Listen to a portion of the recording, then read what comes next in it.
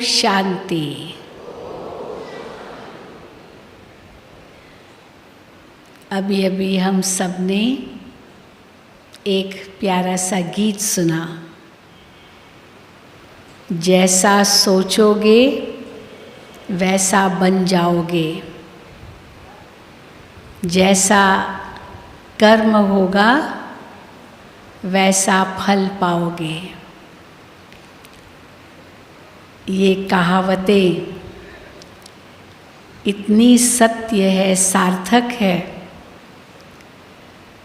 और अगर ये हमें सदा याद हो तो हम अपनी सोच पर, अपने कर्मों पर कितना ध्यान देंगे।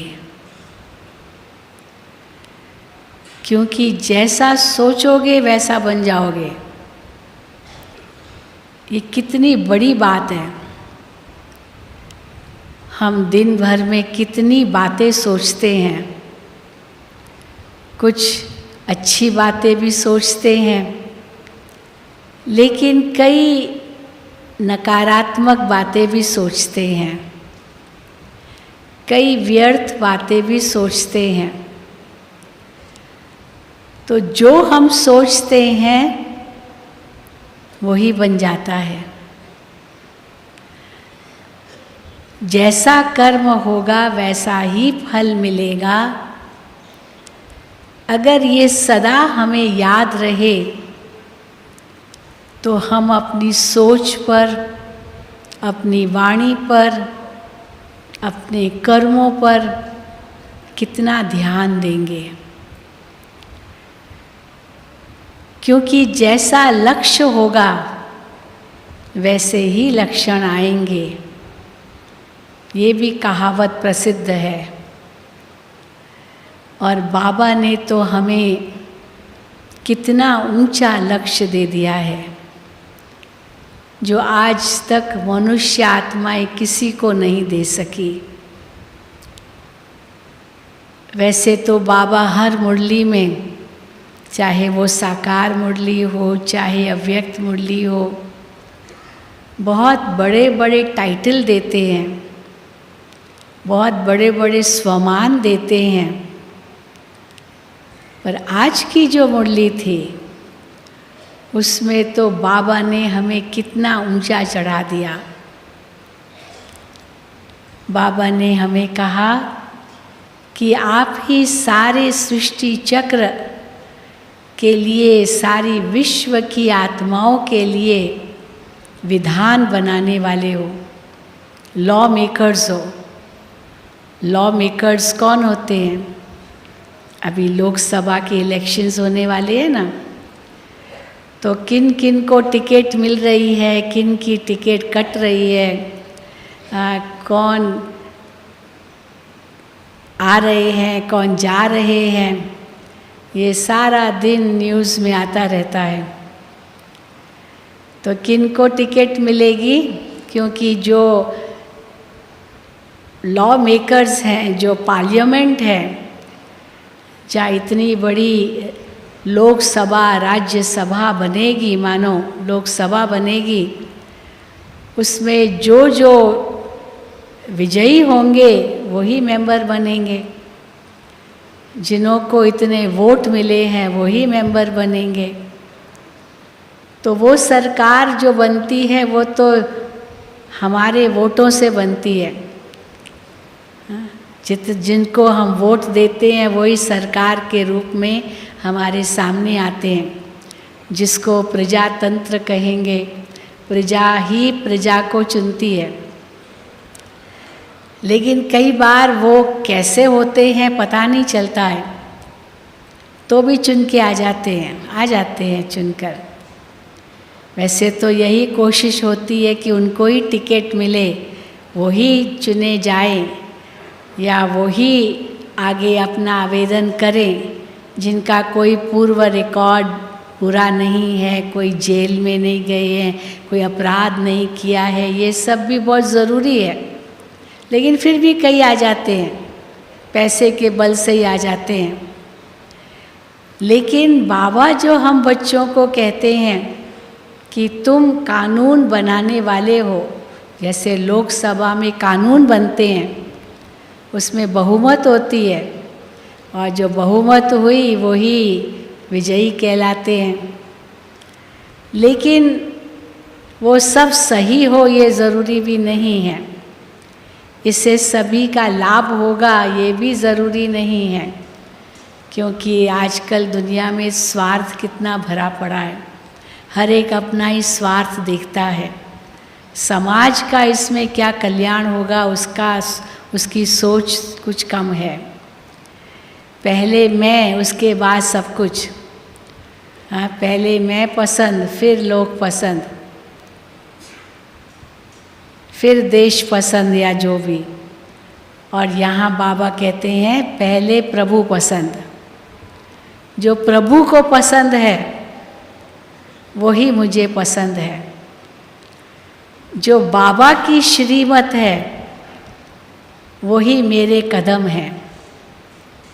अर्थात बाबा के कदमों पर कदम रखना यही मेरा लक्ष्य है, और इसी अनुसार ही मेरे लक्षण हैं।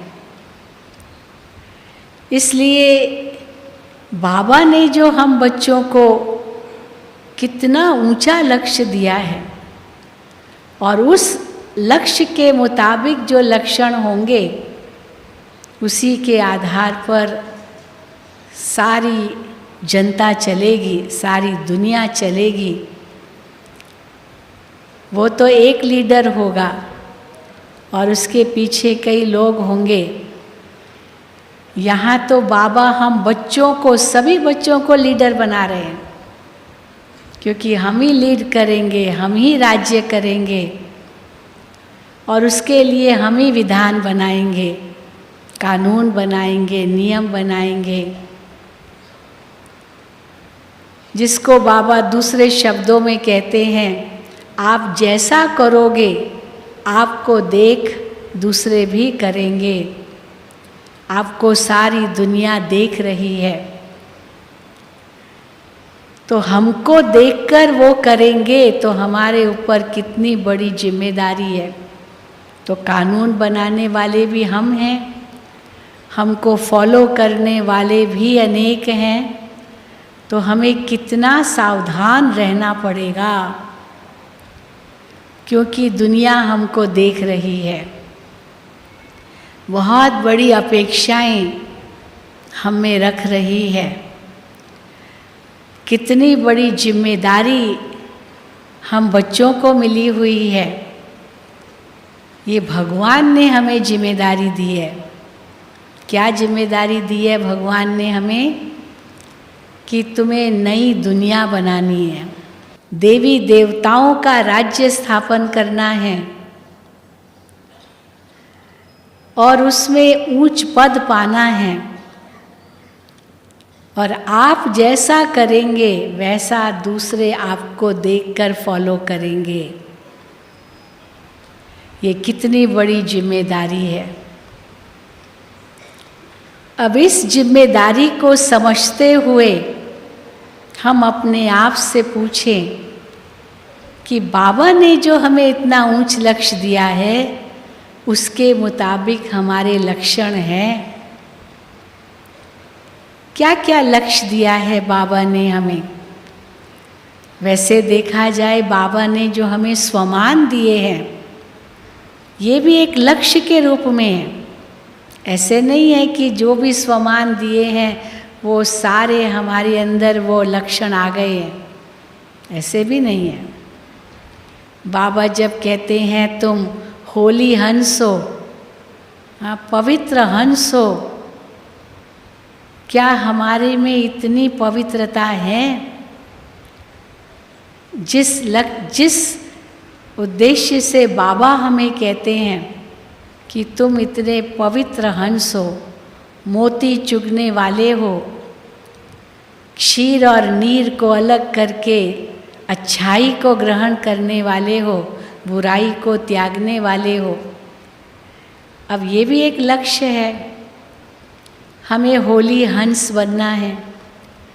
पर अगर उस अनुसार लक्षण नहीं होंगे कदम कदम पर हम अच्छाई को ग्रहण जो करने का लक्ष्य है वो नहीं करेंगे, बुराई वो सहज आँखों में आती है, अच्छाई इतनी नहीं आती है। मुझे याद है हम कॉलेज में पढ़ते थे तो हमारी साइकोलॉजी के प्रोफेसर ने हम बच्चों की प्रैक्टिकल जैसे वर्कशॉप किया। एक बहुत बड़ा सफ़ेद कागज़ लेकर के आए और उसके बीच में एक धब्बा, स्याही का धब्बा लगा दिया जो करीब 5% कागज़ पर ही होगा बीच में, बाकी तो 95% तो एक सफ़ेद कागज़ था।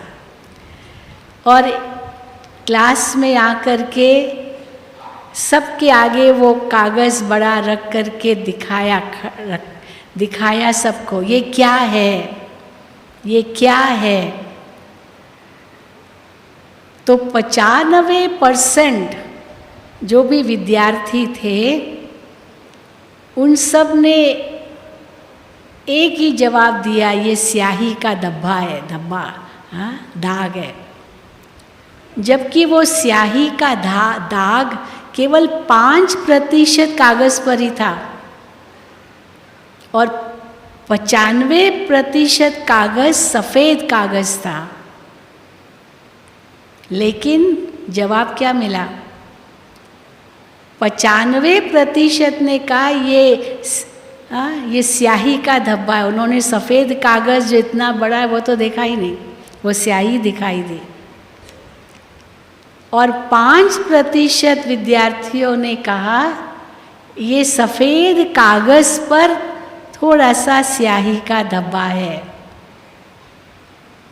तो 95% ने जो नेगेटिव बात थी वो देखी और 5% ने ही जो पॉजिटिव बात थी, जो सकारात्मक बात थी, सफ़ेद कागज़, वो देखा। तो इनसे हम क्या नतीजा लेंगे कि नकारात्मक देखना बहुत सहज है। जैसे नीचे गिरना कितना सहज है, नीचे गिरने के लिए हमें मेहनत नहीं करनी पड़ती है। अगर कोई व्यक्ति 50 मार्च से छलांग लगाता है और फिर चाहे कितना भी सोचे कि नहीं मैं वापस ऊपर जाऊं, अब कोई आधार तो उसको है नहीं जहां वो खड़ा हो जाएगा और फिर वापस जाएगा, वो तो सीधा ही नीचे उतरेगा, गिरेगा, ऊपर नहीं जा सकेगा।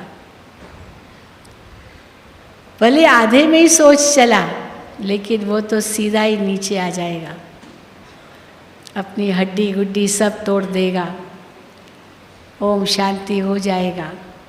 लेकिन छलांग तो उसने खुद ही लगाई थी। तो नीचे गिरने के लिए मेहनत नहीं है, लेकिन ऊपर चढ़ने के लिए बहुत मेहनत है।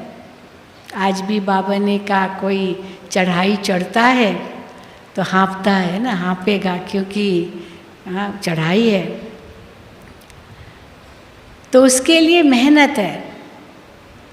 बाकी तो नीचे लाने वाले तो बहुत शक्तियाँ हैं, वो हमें नीचे ही ले आ रही है।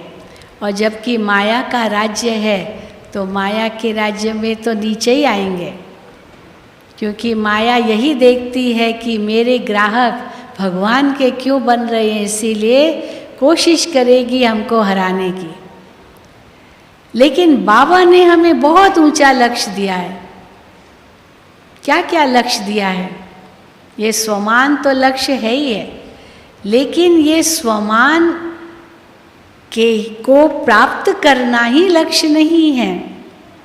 ये स्वमान तो वास्तव में लक्षण के रूप में है कि मैं होली हंस हूँ, मैं आदि स्वरूप हूँ, मैं जड़े हूँ, मैं पूर्वज हूँ। ये हमारे लक्षण है, ये लक्ष्य नहीं है। ये स्वमान लक्ष्य नहीं है, ये लक्षण है। तो लक्ष्य क्या है? बाबा ने हमें वो 5 स्वरूपों का लक्ष्य दिया है। जिन 5 स्वरूपों के लक्ष्य को या उनके उस स्वरूपों को आप सदा याद रखो। कैसे हमने चक्र लगाया, वही हमारा सच्चा स्वरूप था।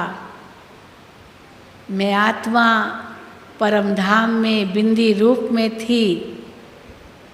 अब ये हमारा बहुत बड़ा लक्ष्य है, क्योंकि हमको वापस जाना है, घर जाना है, ये लक्ष्य है।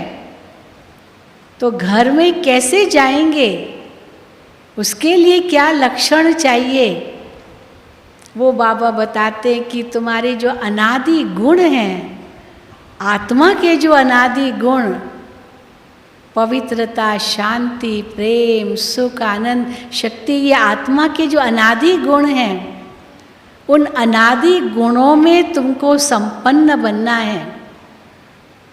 और इसीलिए होली हंस ये पवित्रता की निशानी है, ये गुण ग्राहकता की निशानी है।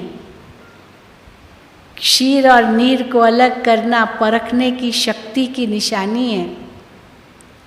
ये अनेक शक्तियों की निशानी है। तो ये लक्षण है उस अनादि स्वरूप तक पहुंचने के लिए। क्योंकि बाबा हम बच्चों को यहाँ तक कहते हैं कि बच्चे कोई भी दाग अंदर में न हो, ऐसा बेदाग हीरा बन करके जाना है। तो बेदाग हीरा बनने के लिए खुद को तराशना पड़ेगा। वो हीरे तो कोई दूसरा तराशता है, पर यहाँ तो हमको खुद को तराशना पड़ेगा बेदाग हीरा बनने के लिए, ये सारे अवगुण निकालने के लिए। तो हमें बेदाग हीरा बनना है तो तराशना पड़ेगा हीरे को, ताकि दाग निकल जाए और हीरा, जो सच्चा हीरा चमकता हुआ प्रकट हो। लेकिन बाबा हमको एक दूसरे रूप से भी देखते हैं कि हम तो है ही सच्चे हीरे, परंतु उस सच्चे हीरे तक पहुंचने के लिए जो ये एक्स्ट्रा माल है वो निकालना है, जो हमारा है ही नहीं। जैसे कईयों के लिए कई बार बताते ना कि एक शिल्पकार है, अब इतना बड़ा पत्थर है उसके सामने, और उसको कहा जाता है इस पत्थर से मूर्ति बनानी है। तो वो पत्थर से मूर्ति उसको बनानी है। लेकिन जो बहुत होशियार शिल्पकार होता है, वो ये नहीं कहेगा अरे इतना ऐसा बेढंगा पत्थर हमें दिया है, कैसे हम बनाएंगे इसमें से मूर्ति। जो छोटा मोटा शिल्पकार होगा, थोड़ा बहुत अभ्यास है, वो ये कहेगा कैसे बनाएंगे, बड़ा मुश्किल है, ये कैसा टेढ़ा बांका पत्थर है। लेकिन जो होशियार शिल्पकार होगा वो ऐसे नहीं कहेगा, वो क्या कहेगा, मैं तो इसमें मूर्ति देख ही रहा हूँ, मैं तो इसमें मूर्ति देख ही रहा हूँ, मुझे दिखाई दे रही है मूर्ति। बस केवल जो एक्स्ट्रा चीज़ें हैं ना, एक्स्ट्रा पत्थर जो ना, वो निकालना है, वो निकालना है, वो निकालना है। मूर्ति बनानी है ये नहीं, पर ये एक्स्ट्रा है, जो एक्स्ट्रा चीज़ें निकालनी है। कैसे निकालूंगा ये नहीं सोच चलता है, क्योंकि उसको पता है ये एक्स्ट्रा अपने आप निकलेगी। बस मुझे थोड़ा हथौड़ी और छेना लेना है, धीरे धीरे अपने आप सब निकल जाएगा। मुझे तो मूर्ति दिखाई दे रही है। जैसे आप किसी कागज़ पर बना लो, कोई चित्र खींच लो, फिर भले आप उसके टुकड़े टुकड़े भी कर दो, परंतु उनको सहज जोड़ सकोगे। बताते ना, एक बच्चा था, अब वो बच्चा बाप को परेशान कर रहा था, तो बाप ने सोचा इस बच्चे को मैं बिज़ी कैसे करूं। तो एक धरती का नक्शा था उस एक कागज़ पर।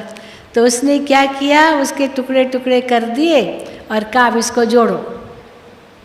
और वो तो 5 मिनट में जोड़ करके आ गया, 5 मिनट भी नहीं लिए, जोड़ दिया। तो कहा कैसे जोड़े, इतने सारे टुकड़े टुकड़े करके दिए, आपने जोड़ा कैसे। तो कहा बस उस कागज़ के पीछे एक मनुष्य का चेहरा था, तो मनुष्य का चेहरा था, तो बस वो कागज़ जोड़ दिए और हो गया मनुष्य का चेहरा। वो जो एक्स्ट्रा था वो हटा दिया, वो चेहरा बन गया। तो वो मनुष्य का चेहरा बनाना तो सहज है, वो नक्शा कैसे होगा, मुश्किल होता है। तो इसीलिए बाबा ने भी हम बच्चों को इतना बड़ा लक्ष्य दिया है। सबसे पहला लक्ष्य है, बच्चे तुम जिस स्थिति में थे अनादि स्वरूप में, आत्मा इतनी शुद्ध थी, इतनी पवित्र थी, इतना बेदाग हीरा था, आप मेरे साथ रहते थे, मेरे समान थे। अब याद करो उस स्वरूप को, तो क्या होगा? जो एक्स्ट्रा चीज़ें, एक्स्ट्रा बातें हैं, वो अपने आप खत्म हो जाएगी। मुझे निकालने की भी ज़रूरत नहीं पड़ेगी, क्योंकि नक्शा हमारी बुद्धि में है, क्योंकि लक्ष्य हमारी बुद्धि में है। भले हो सकता है अभी तक लक्षण इतने आए नहीं हो, लेकिन लक्ष्य बुद्धि में है तो लक्षण सहज आ जाते हैं। जिस प्रकार एक मेडिकल स्टूडेंट है, डॉक्टर अभी बना नहीं है, अभी तो पढ़ाई कर रहा है, लेकिन पढ़ाई करते हुए भी उसको ऐसा नशा चढ़ जाता है, ज़रूर मैं डॉक्टर हूँ, मैं डॉक्टर हूँ, मैं डॉक्टर हूँ। भले पढ़ाई कर रहा है तो मैं डॉक्टर हूँ, और भले अभी तक उसने पढ़ाई पूरी नहीं की है तो भी वो प्रैक्टिस करना शुरू कर देता है, जितना भी उसको पता है। अभी तक डिग्री मिली नहीं है, लेकिन फिर भी कहाँ ज़रूरत पड़ेगी तो पहुँच जाएगा। हाँ, क्योंकि यहाँ डॉक्टरी पढ़ रहा है, पर मैं डॉक्टर हूँ, डॉक्टर हूँ, ये नशा है। और उसके आधार से लक्षण अपने आप आने लगते हैं। तो हम देखते हैं कि लक्ष्य अगर बुद्धि में पक्का है तो लक्षण अपने आप आते हैं।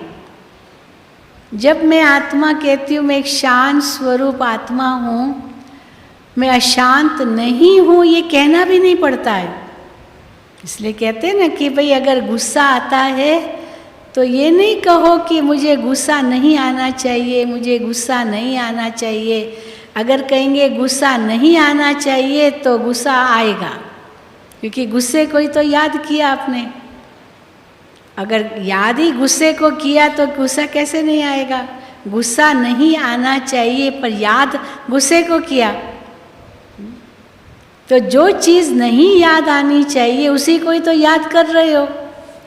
हाँ, जैसे किसी दिखाते कि एक शिष्य अपने गुरु के पास गया और गुरु को कहा कि गुरुजी हमें कोई ऐसा मंत्र दे दो कि ये जो मेरा मन भटकता है ना वो बंद हो जाए, मेरा मन का भटकना बंद हो जाए।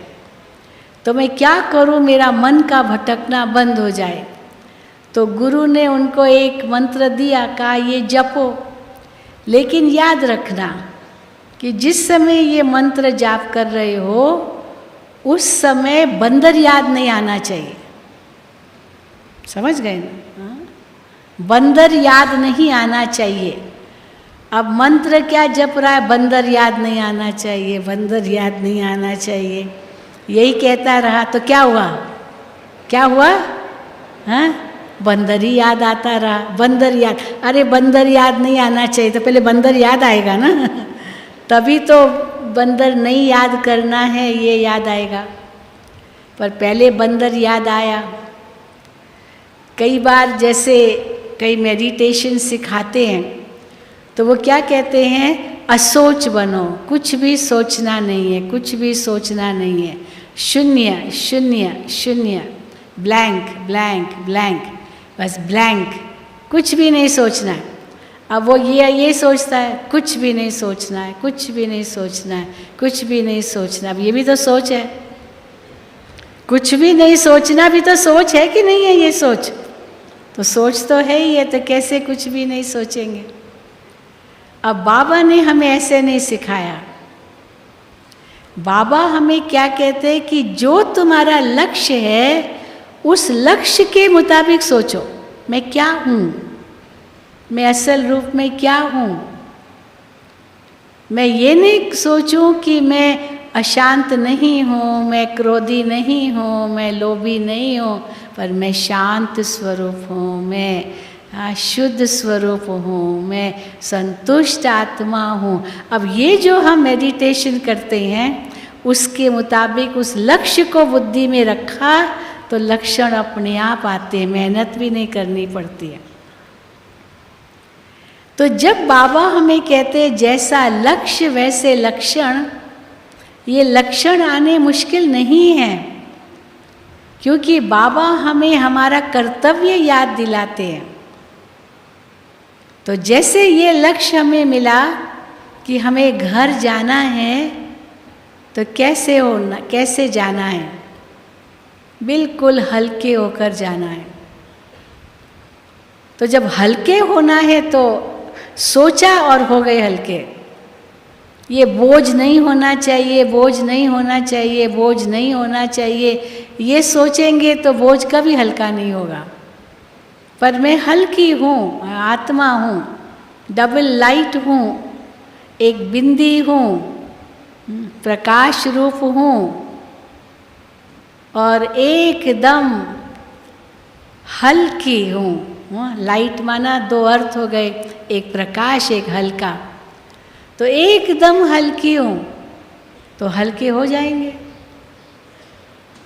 मुझे हल्का होना है ये सोचना नहीं पड़ता है। कई है ना शरीर में बहुत मोटे होते हैं, बहुत भारी होते हैं, लेकिन उनको कहो नाचो, तुरंत नाचना शुरू कर देते हैं। उनकी टांगे चलती रहती है नाचने के लिए, भले मोटे हैं, वो अपना मोटा शरीर नहीं देखते हैं, पर नाचने का अभ्यास है ना, तो वो मोटा शरीर भी होता है तो भी नाचना शुरू कर देते हैं। उस समय ये नहीं सोचते मैं भारी हूँ, हल्का हूँ। और जो भले दुबला पतला हो और मन से भारी है, कोई चिंता है, कोई ऐसी बात उसके दिमाग में भरी पड़ी है, उल्टी नेगेटिव कुछ सोच रहा है, और उसको उस समय कहो नाचो, तो क्या होगा? नहीं नहीं नहीं नहीं नहीं नहीं नहीं नहीं हाँ, नहीं नहीं नहीं नहीं कहेगा। क्यों? हल्का है तो भी नहीं नहीं, क्योंकि मन से तो भारी है, और वो भारीपन ही उसको अनुभव हो रहा है। तो ये तो भूल ही गया कि मैं तो हल्का हूँ, मैं तो दुबला पतला हूँ। और वो मोटा जो है वो अंदर में हल्का है, और उसको जैसे कहा नाचो, तुरंत नाचने लगा, क्योंकि अंदर में वो अपने को हल्का समझ रहा है। भले लोग हंसेंगे, देखो कैसा मोटा नाच रहा है लेकिन उसको ये चिंता नहीं है, क्योंकि अंदर में वो हल्का है। तो बाबा भी हम बच्चों को कहते हैं, ये अगर सदा बुद्धि में लक्ष्य रहे, मैं वो बिंदु हूँ, अब बिंदु बन के वापस जाना है। मैं डबल लाइट हूँ, मैं शांत स्वरूप हूँ। ये क्यों सोचो? कई लोग कहते हैं कि आप लोग ये कमेंट्री देते हो ना, ये कमेंट्री दे करके आप हमको जैसे हिप्नोटाइज करते हो, हमें सम्मोहित करते हो। ये सम्मोहन करना नहीं है, कोई हिप्नोटाइज करने की बात नहीं है, क्योंकि जो हमको बनना है, जो अनुभव करना है, उसके लिए पहले वही सोचना है, क्योंकि वही सोचेंगे तभी तो बनेंगे। जो नहीं सोचना है उसको थोड़ी सोचना है कि ये नहीं सोचना है। तो जो अनुभव करना है वही सोचना है, और अगर वही सोचा तो वही अनुभव होगा। इसीलिए बाबा कहते हैं ये एक सेकंड में याद आना चाहिए, मैं आत्मा हूँ, मैं बिंदी हूँ, मैं बिंदी हूँ, हाँ मैं बिंदी हूँ। परंतु ये मोटा भारी शरीर बीच में एक आवरण बन जाता है, एक बैड कंडक्टर, इंसुलेटर, एक रबर बन जाता है, तो वो शक्ति का अनुभव करने नहीं देता है। इसीलिए बाबा बार बार हमें याद दिलाते अशरीरी भव। मैं शरीर नहीं हूँ ऐसे नहीं, मैं शरीर से न्यारी आत्मा हूँ। मैं शरीर नहीं हूँ, मैं शरीर नहीं हूँ ये भी नहीं। शरीर नहीं हो तो पहले शरीर याद आएगा, पर शरीर से जैसे न्यारी हूँ तो न्यारापन का अनुभव होगा। पहले तो शरीर ही याद आएगा, क्यों आएगा तो ज़रूर ना, क्योंकि शरीर तो दुम्ब, बाबा कहते ये दुम्ब है तुम्हारा। जैसे बंदर का दुम्ब होता है ना, इनकी पूंछ, अब वो तो उसके साथ लटकी हुई है, वो दौड़ और छलांग लगाएगा तो दुम्ब भी तो छलांग लगाएगी ना साथ में। लेकिन वो दुम्ब याद, वो पूंछ को याद थोड़ी करता है, वो छलांग लगाता है। तो इसी प्रकार हम देह भान से अगर हमें मिटना है, न्यारा होना है, तो उस न्यारे स्वरूप को पहले याद करना है। तो ऑटोमेटिकली इस देह भान से हम न्यारे हो सकेंगे। और वो न्यारापन वास्तव में हमें इतना हल्का बनाएगा, जो 1 सेकंड में आत्मा हल्की हो जाती है। जब बाबा कहते 3 बिंदु लगाओ, ये 3 बिंदु क्यों बाबा कहते हल्का होने लिए? मैं आत्मा बिंदु, बाबा बिंदु, ड्रामा बिंदु, जो बीत गया वो अच्छा, जो हो रहा है वो अच्छा, जो होने वाला है वो और भी अच्छा।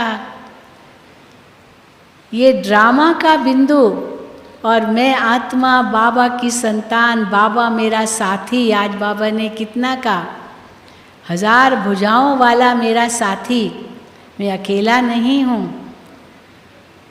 अकेला होगा तो डर लगेगा, अकेला होगा तो भारी होगा।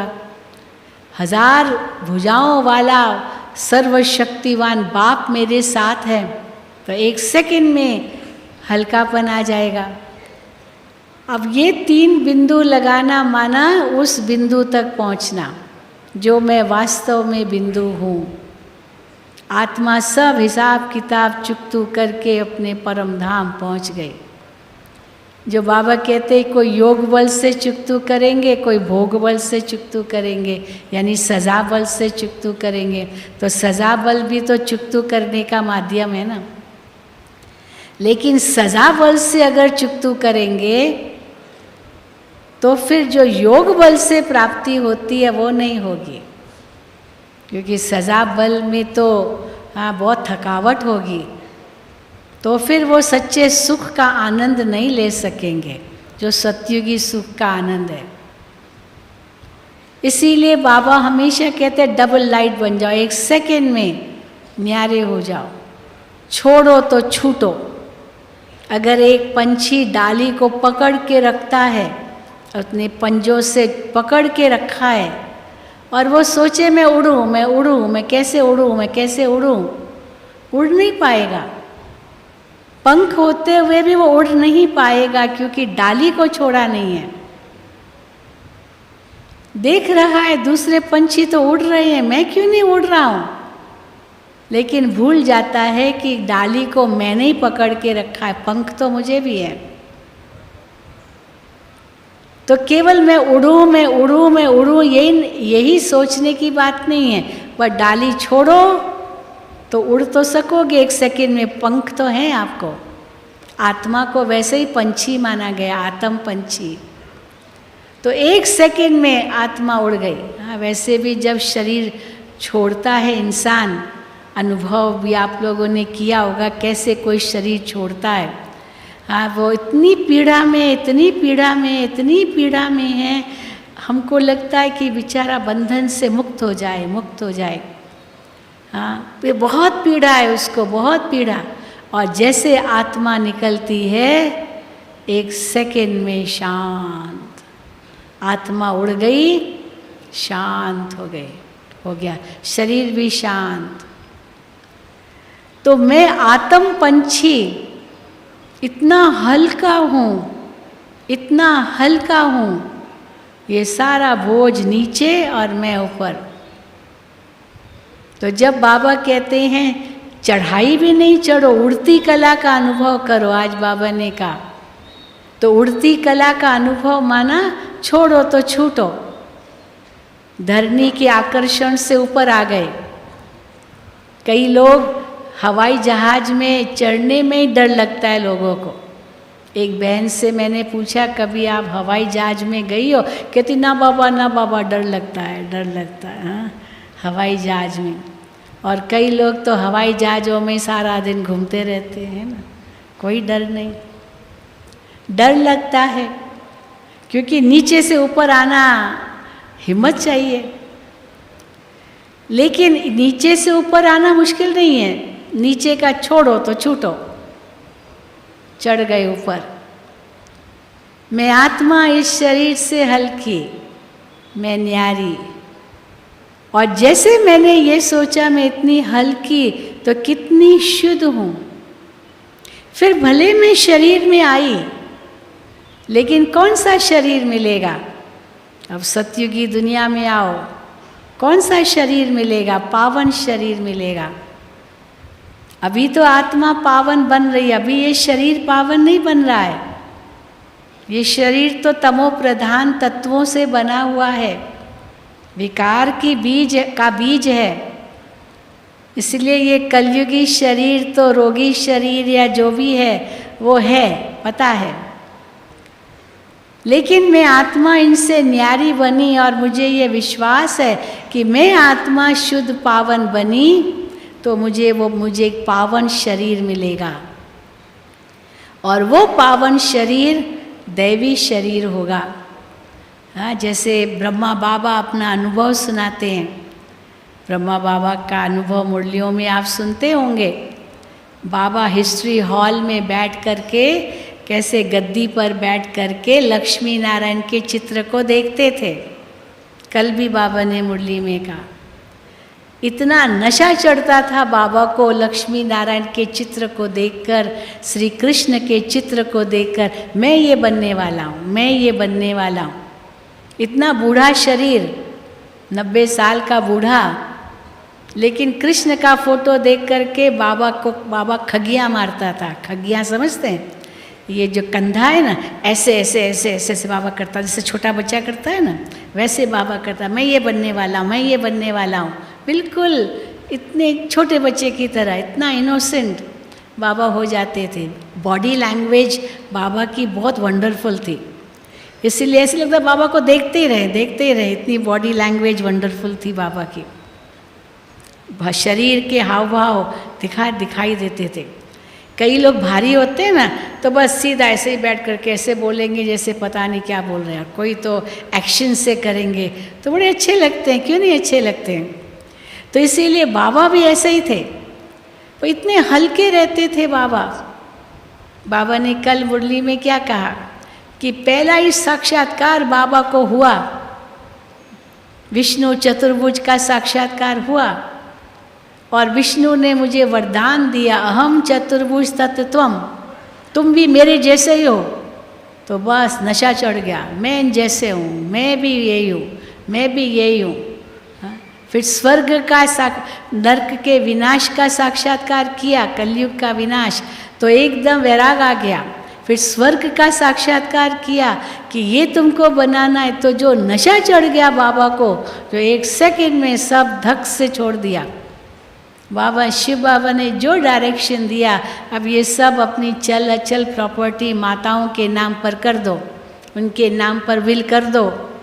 आगे पीछे बाबा ने कुछ भी नहीं सोचा, क्या होगा, कैसे होगा, हाँ मैं बूढ़ा हो जाऊंगा तो मेरा क्या होगा। हाँ, कई सोचते हैं ना, बाबा ने कुछ नहीं सोचा, बस मैं ये बनने वाला हूँ, मैं ये बनने वाला हूँ, और सब कुछ विल कर दिया फटाफट। और जो हीरे बाबा जिनका व्यापारी था, वो हीरे बाबा को पत्थर दिखाई देने लगे। 1 सेकंड में इतना बड़ा परिवर्तन आ गया बाबा की। और वही जो बाबा की चल अचल संपत्ति थी, मानो जो माताओं के आगे मम्मा को लीडर बनाया, उनके आगे सुपुर्द किया। 8 बहनों के नाम पर विल लिख दी बाबा ने, और वही बीज बना। और आज हम उस नशे से कहते हैं कि वो जो बीज ब्रह्मा बाबा ने रोपा अपने तन मन धन का, वो आज एक वट वृक्ष बन करके इतना बड़ा ईश्वरीय विश्वविद्यालय खड़ा है। हाँ? और हम सब उसमें सम्मिलित हैं, है कि नहीं? लेकिन क्या नशा था? हम ये बनने वाले हैं। तो क्या हमको भी ये लक्ष्य इतना स्पष्ट है कि हम ऐसा देवता बनने वाले हैं? क्या ये लक्ष्य सचमुच स्पष्ट है? या कभी कभी सोच चलता है पता नहीं बनेंगे नहीं बनेंगे, हाँ, पता नहीं स्वर्ग आएगा नहीं आएगा, पता नहीं। तो बाबा कहते पता नहीं कहा तो पता कट जाएगा। हाँ? माया पंख काट लेगी, क्योंकि पता नहीं कहते रहते हैं। लेकिन अगर लक्ष्य हमारा मजबूत है, हाँ मैं ही ये बनने वाला हूँ, और मैं हाँ लक्ष्मी नारायण, इसलिए बाबा हाथ उठवाते हैं। राम सीता में भी कोई हाथ नहीं उठाता, लक्ष्मी नारायण बनना ये हाथ उठाते हैं। कितना बड़ा लक्ष्य है ये। तो उस अनुसार हमारे लक्षण है या नहीं है? क्योंकि कई बार जब हाथ उठाते हैं तो बाबा मुस्कुराते हैं, अव्यक्त बाप दादा भी मुस्कुराते, साकार बाबा भी मुस्कुराते थे कि बच्चे लक्ष्य तो बहुत ऊंचा रखा है, चलो कोई बात नहीं, आपके मुख में गुलाब। जब कोई बहुत शुभ चीज़, शुभ बात कहता है ना, शुभ बहुत है लेकिन वो लक्षण है नहीं, तो कहेंगे कोई बात नहीं, आपके मुख में गुलाब। हाँ बाबा कई बार कहते थे गुलाब जामुन आपके मुख में गुलाब जामुन, तो मुख में इतना मिठास आ गई तो बस मीठा हो गया मुख, खुशी आ गई। अच्छे प्रसंग पर तो गुलाब जामुन खिलाते हैं ना, मुख मीठा करते हैं। तो इसीलिए इतना हमें वो नशा होगा तो लक्ष्य हमारा मजबूत होगा, तो लक्षण आएंगे कि हम अगर देवता बन रहे हैं तो देवता के क्या क्या गुण होने चाहिए। वो सारे देवी गुणों की लिस्ट, 36 गुण तो कुछ भी नहीं है, बहुत सारे गुण हैं। 7 जैसे आत्मा के गुण कहेंगे तो 7 में सब कुछ आ जाता है। इसी प्रकार ये 36 गुणों में जो दैवी गुण माने गए हैं, अंतर्मुखता, गंभीरता, धैर्यता, मधुरता, सहनशीलता, निर्भयता, सरलता, रोज़ ये लिस्ट देखो, पढ़ो, कितने कितने गुण मेरे अंदर आए हैं, मैं कितना इन देवताओं के जैसा बन रहा हूँ। तो लक्ष्य सामने है तो लक्षण अपने आप आते जाएंगे। हाँ मेरे अंदर तो ये है नहीं, मेरे अंदर ये है नहीं, ऐसे कहा तो कभी नहीं आएंगे, पर मेरे अंदर है, वो देवता स्वरूप मेरे अंदर समाया हुआ है, केवल वो जागृत करना है, जागृत करना है, जागृत करना है। और कैसे जागृत होगा बाबा उसका भी एक तरीका बताते हैं, दृढ़ संकल्प। कुछ भी हो जाए मुझे अपना चेहरा सदा हर्षित रखना है, कुछ भी हो जाए, कुछ भी हो जाए। हाँ जब कुछ भी हो जाए वरना कुछ भी हो जाए, मुझे उदास नहीं बनना है, मुझे निराश नहीं होना, ये भी नहीं, मुझे अपना चेहरा सदा हर्षित रखना है। तो कोई बड़ी बात होगी ना तो वो भी छोटी हो जाएगी। और अगर निराशा, हताशा, हाँ मायूसी, नाराज़गी या चिड़चिड़ापन, ये अगर संस्कार होंगे ना तो हर्षितपना कहाँ से आएगा? कभी नहीं आएगा। मैं आपको एक हंसी की बात सुनाऊं, मेरी बात, हाँ पर्सनल बात। मेरे से किसी बहन ने पूछा कि बहन जी एक आपकी पर्सनल बात, आपसे मैं एक बात पूछूं? हाँ भाई तो हिम्मत नहीं करेगा, बहन ने हिम्मत की। तो उसने क्या कहा, बहन जी आप सदा मुस्कुराते रहते, थकते नहीं हैं? मेरे से प्रश्न किया, आप सदा मुस्कुराते रहते, कभी थकते नहीं हैं? तो मैंने कहा अच्छा मैं सदा मुस्कुराती हूँ, हमें तो पता ही नहीं है कि मैं सदा मुस्कुराती हूँ। हाँ सदा मुस्कुराती हूँ। आपके चेहरे पर हमने कभी ऐसे गमगीनी देखी नहीं, कोई ऐसे उदास कभी भी नहीं देखा, और नज़दीक में थे, ऐसे नहीं कि कोई कभी कभी देखने वाले, आपको कभी नहीं देखा इस प्रकार से। तो आप थकते नहीं, सदा मुस्कुराते हैं। मैंने कहा मुझे तो ये पता ही नहीं है कि मैं सदा मुस्कुराती हूँ, और थकने का तो सवाल ही कहाँ है। थकने का सवाल तब आता है जब आर्टिफिशियल होता है ना, जैसे फ़ोटोग्राफ लेना है, अब वो फ़ोटो के लिए इंतज़ार कर रहे हैं और वो व्यक्ति टाइम ले रहा है, उसका बार बार वो मोबाइल वो बंद हो जाता है या कुछ हो जाता है, भाई जल्दी करो ना, मुस्कुरा रहे हैं, थक गए थक गए। क्यों थक गए? क्योंकि आर्टिफिशियल मुस्कुराहट है, नेचुरल मुस्कुराहट तो है ही नहीं।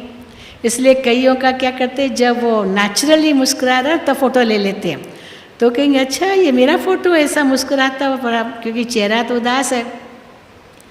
कोई एक भाई था, उसका नाम था हसमुख भाई, लेकिन चेहरा सदा रोता हुआ, सदा रोता हुआ।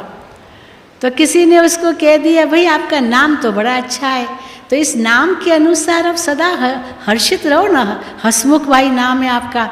तो कहता है क्या करूं, मेरे माँ बाप ने ऐसी शक्ल दे दी है। तो दोष किसको दे दिया? उदास चेहरे का, निराशाजनक चेहरे का दोष माँ बाप को दे दिया। बताओ माँ बाप का इसमें क्या दोष है? कोई कैसा भी कुरूप व्यक्ति भी होता है ना, बच्चा देखो बड़े इतना सुंदर नहीं भी है, लेकिन जब वो मुस्कुराता है तो क्या होता है, कितना प्यारा लगता है, भले कैसा भी है। लेकिन हम देवता बन रहे हैं, देवताओं का चेहरा देखो कैसा मुस्कुराता हुआ चेहरा है। अगर देवताओं का चेहरा उदास होता तो कौन उनका दर्शन करने जाता? कोई नहीं दर्शन करने जाता। तो इसीलिए हम देवता बन रहे हैं। फिर द्वापर युग से हमारा ही पूजन होगा, हमारी ही मूर्ति बनेगी, हमारे ही भक्त पूजा करेंगे। और तो उसके लिए भी बाबा कहते तैयारी अभी करनी है। वहाँ पर हम दाता के रूप में होंगे। सतयुग त्रेता में तो दाता है ही, देवता माना ही दाता। लेकिन द्वापर कलयुग में भी जो हमारा पूज्य स्वरूप होगा, जो पूजा होगी हमारे रूप की, वो भी दातापना है, दाता रूप है। मुस्कुराता हुआ चेहरा जिसका दर्शन करने भक्त आते हैं। आज भी बाबा ने मुरली में क्या कहा? देवताओं के आगे भी कसम उठाएंगे, अपना कसम नहीं उठाएंगे, भगवान का कसम उठाएंगे, अपने इष्ट का कसम उठाएंगे ना। और उनके आगे अपनी दिल की सारी बातें बता देंगे, किसी दूसरे को नहीं सुनाएंगे। कहीं वो दूसरे को बता दे, लेकिन अपने इष्ट के आगे आकर के अपनी सारी कमी कमजोरी सब बता देंगे, जो हूँ जैसा हूँ ये हूँ। और दुनिया के आगे तो दिखाएंगे मैं तो अच्छा हूँ, मैं तो बड़ा हूँ, मैं तो होशियार हूँ, मैं तो बहुत समझदार हूँ, हैं?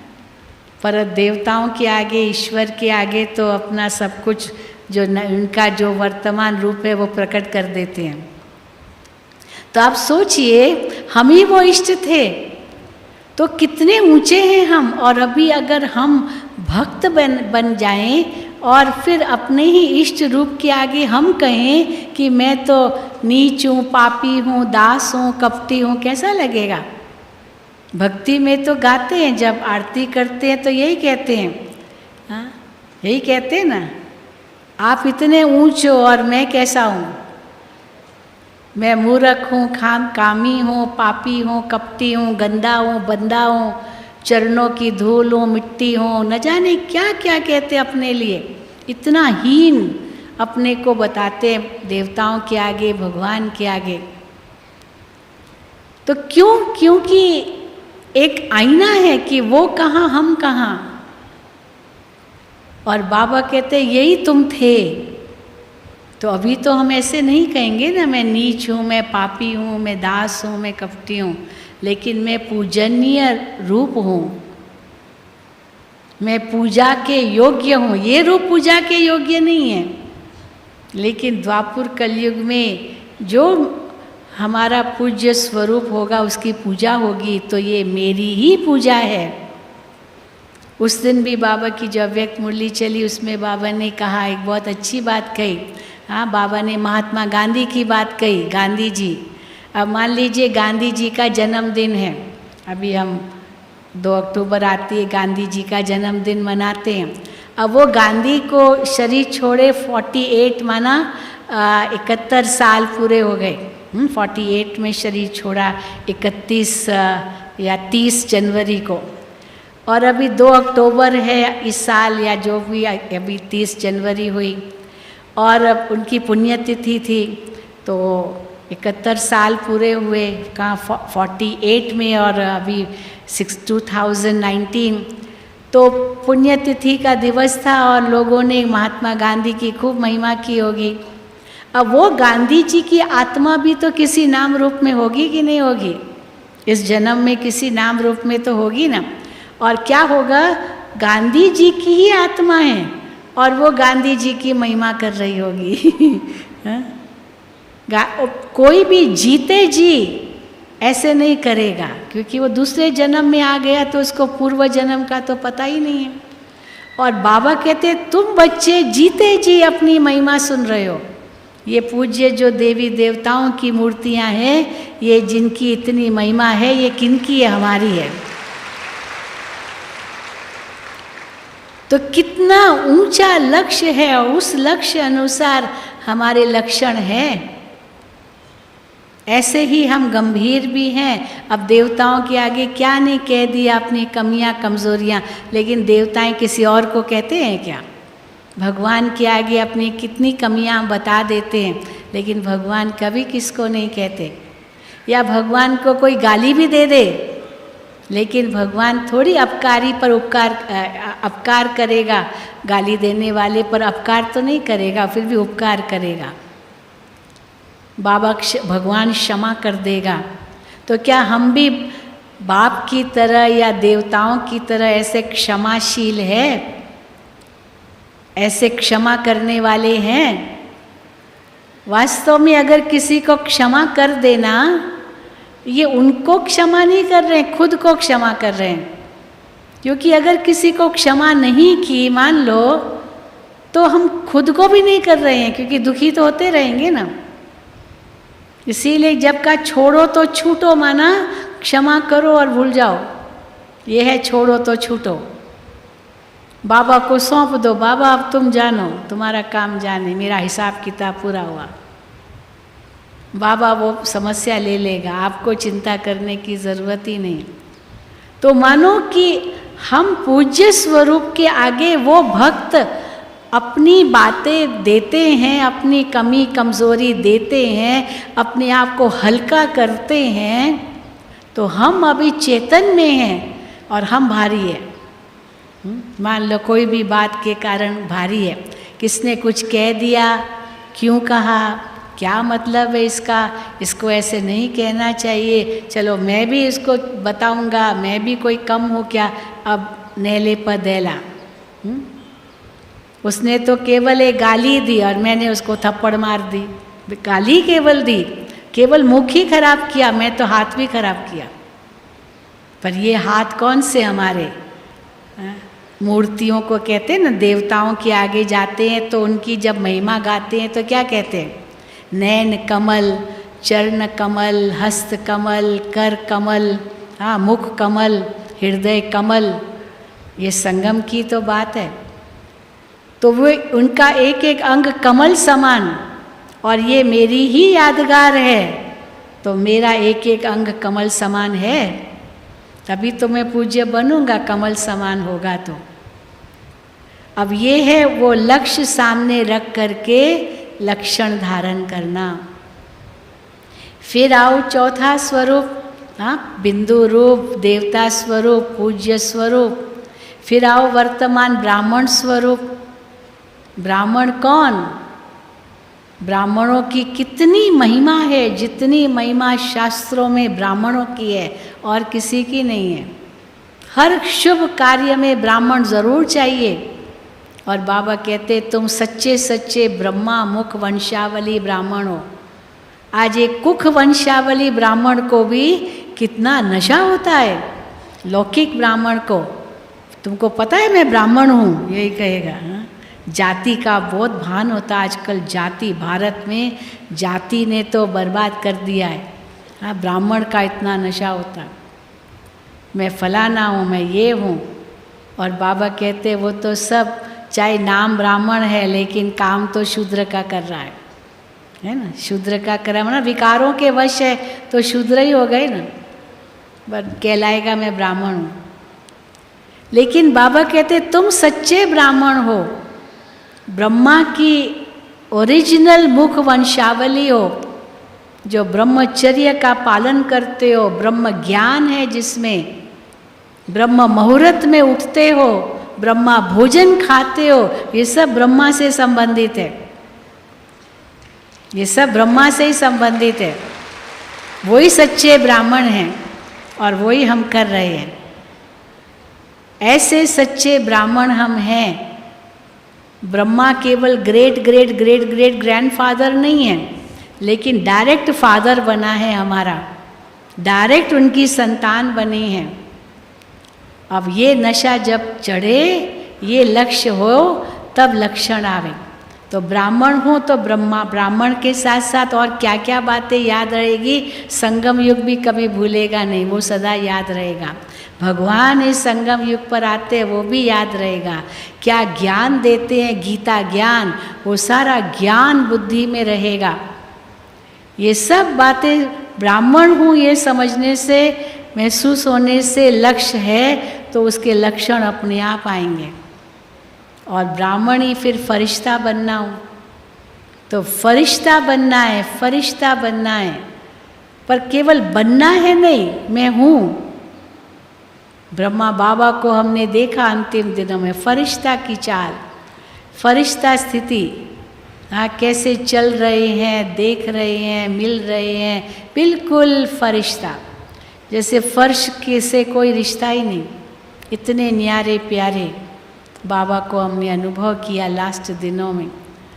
बाबा की जो लास्ट की जो मुरलियाँ जो 1968 की चली, उसमें बाबा ने कहा बस टावर ऑफ पीस बनना है बच्चे, tower of peace, tower of silence, tower of purity, tower of might. ये जो शांति स्तंभ बना है, ये बाबा की जो अंतिम साल की जो मुरलियाँ थी, उसमें बाबा टावर का बहुत वर्णन करते थे। तो वही यादगार, ब्रह्मा बाबा की यादगार शांति स्तंभ, उसको टावर बनाया। तो ब्रह्मा बाबा जैसे फरिश्ता रूप थे, बाबा के आगे जाते थे। बाबा जैसे हम सुनाते रहते, और बाबा जैसे सुनते हुए नहीं सुन रहे, बिल्कुल न्यारे। एक ऐसा मिसाल, एक बहन ने बहुत अच्छी बात सुनाई कि बाबा को उसने पत्र लिखा था, वो कोई सेवा की, बहुत अच्छी सेवा, बहुत रिजल्ट अच्छी निकली, तो पत्र में बाबा को सारी सेवा का समाचार लिखा। और फिर जब वो मधुबन में आई, तो बाबा से मिलते थे बच्चे, तो बाबा को वो सारा समाचार फिर से बताने लगी, और बाबा न्यारे हो गए एकदम, जैसे सुनते हुए भी नहीं सुन रहे। तो उसको लगा पता नहीं बाबा सुन रहे या नहीं सुन रहे, क्योंकि बाबा एकदम न्यारे हो गए। तो चुप हो गई। अब वो बोल रही है, तो बाबा ने कुछ भी नहीं बीच में कहा, चुप हो गई। जब देखा कि बाबा तो न्यारे हो गए, तो बाबा ने बहुत प्यार से कहा, बच्ची ये आपने पत्र में लिखा था ना? तो कहा हाँ बाबा, हाँ बाबा, वो तो देह अभिमान में थोड़ा सा थी, हाँ बाबा। तो बाबा ने कहा, बच्ची बाबा जानते हैं, हाँ बाबा जानते हैं, माना अभी रिपीट मत करो, हो गया, हाँ बता दिया, पूरा हो गया, समझ गए ना? बाबा जानते हैं। हाँ, अब हम लोग होते क्या कहें, अब बताए ना, तुमने लिखा है ना, फिर क्यों बोल रही हो? हाँ, कैसे भी हम बोल देंगे, क्या क्या बोल देंगे, कैसा रिएक्शन होगा। और बाबा शांत हो गए। और जब वो चुप हो गई, देखा कि पता नहीं बाबा सुन रहे हैं या नहीं, तो बाबा ने पूछा, बच्ची आपने ये पत्र में लिखा था ना? हाँ बाबा लिखा था। अच्छा बच्ची बाबा जानते हैं, मना वर्णन करने की ज़रूरत ही नहीं, क्योंकि बाबा तो उपराम हो गए। पता है बाबा ने, बाबा को सुनाया था पत्र, क्योंकि बाबा हर एक पत्र पढ़ते भी थे, सुनते भी थे। ईशु दादी बाबा को पत्र कोई ऐसा इम्पोर्टेंट होता था तो बाबा को सुनाती थी। कई बार बाबा खुद भी पढ़ते थे, और कई बार तो बहुत लंबा चौड़ा होता था, तो बाबा को बस सार बता देती थी, इतना टाइम कहाँ होता है, इतने पत्र आते थे। और बाबा भी उनको सार रूप में लिख देते, बच्ची का पत्र पाया हर्षाया, बस वो 2 लाइन में पूरा हो गया। पत्र पाया हर्षाया। लेकिन बाबा से कोई बातें कोई पूछते थे, तो बाबा ज़रूर उनका रिस्पॉन्स देते थे, दूरानदेशी होकर के देते थे। तो मैं अपना भी अनुभव सुनाती हूँ कि 67 में मैं कॉलेज पढ़ रही थी, 67 में, और उस समय मुझे डिसाइड करना था डॉक्टरी पढ़नी है, क्या पढ़ना है, क्या लेना है, क्या आगे का सब्जेक्ट लेना है। तो मैंने बाबा को पत्र लिखा था, 67 की बात है, बाबा के अव्यक्त होने से 2 साल पहले, कि बाबा ऐसे ऐसे मुझे ये प्रोग्राम, ये कहा गया, घर में भी सबका फोर्स था, तुम डॉक्टर बनो, डॉक्टर बनो। बाबा मैं क्या करूं? और बाबा मुझे जानते थे क्योंकि बाबा के सामने मैं कई बार गई थी। बचपन में बाबा के आगे इंग्लिश में भाषण किया था। तो बाबा हमेशा मुझे कहते थे कि बच्ची तुम इंग्लिश में बहुत होशियार हो, बाबा तुमको विदेश भेजेगा, विदेश भेजेगा। अब हम तो उस समय सोचते भी क्या थे, सोचते ही नहीं थे बाबा विदेश भेजेगा कह रहे हैं। उस समय विदेश की कोई सेवा भी नहीं थी और कुछ ऐसी बात भी नहीं थी। तो जिस समय बाबा को मैंने ये पत्र लिखा कि डॉक्टर के लिए मेडिकल लाइन लेनी है, तो बाबा का कैसे जवाब आया, मुझे उम्मीद नहीं थी कि बाबा मुझे कोई पत्र लिखेंगे, लेकिन बाबा का पत्र मुझे आया, बच्ची बाबा की तुम्हारे में बहुत आश है और बाबा चाहते हैं कि बच्ची रूहानी डॉक्टर बन के विश्व की सेवा करे। ये बाबा ने मुझे लिखा। नहीं तो किसी को थोड़ी ऐसे लिखेंगे, कहेंगे हाँ बच्ची अगर आपकी इच्छा है भले पढ़ो, लेकिन बाबा ने तो मुझे साफ मना कर दिया, बच्चे विश्व की सेवा करनी है रूहानी डॉक्टर बन के। बस वो जो बाबा का मुझे पत्र मिला, मैंने उसके बाद संकल्प किया मुझे तो बस बाबा की सेवा करनी है, क्योंकि जवाब बाबा का आ गया। बाबा ने श्रीमत दे दिया, बाबा ने मेरा भविष्य देख लिया। और आज अगर मैं एक डॉक्टर बन जाती, एक क्लिनिक खोल के बैठ जाती थी, और क्या करती थी अभी तो विश्व की सेवा कर रहे हैं, सारी दुनिया यहाँ आती है, सारी दुनिया की यहाँ सेवा करते हैं, सारे विश्व में बाबा भेजते हैं, सेवा कराते हैं और वो भी यहाँ आते हैं। तो देखो एक श्रीमत का पालन किया, बाबा ने कितना ऊंचा चढ़ा दिया, है ना कि नहीं, क्यों नहीं है। तो यही हम अनुभव करें कि हमें ऐसा फरिश्ता बनना है, ऐसा बाप समान बनना है, घर चलना है, देवता बनना है और उसके लिए बाबा की हर श्रीमत का पालन करना है। ये लक्षण ही कदम पर कदम चले और हम बाप समान बन जाएंगे, बाबा की सब आशाओं को पूर्ण करेंगे। ओम शांति, ओम शांति, ओम शांति।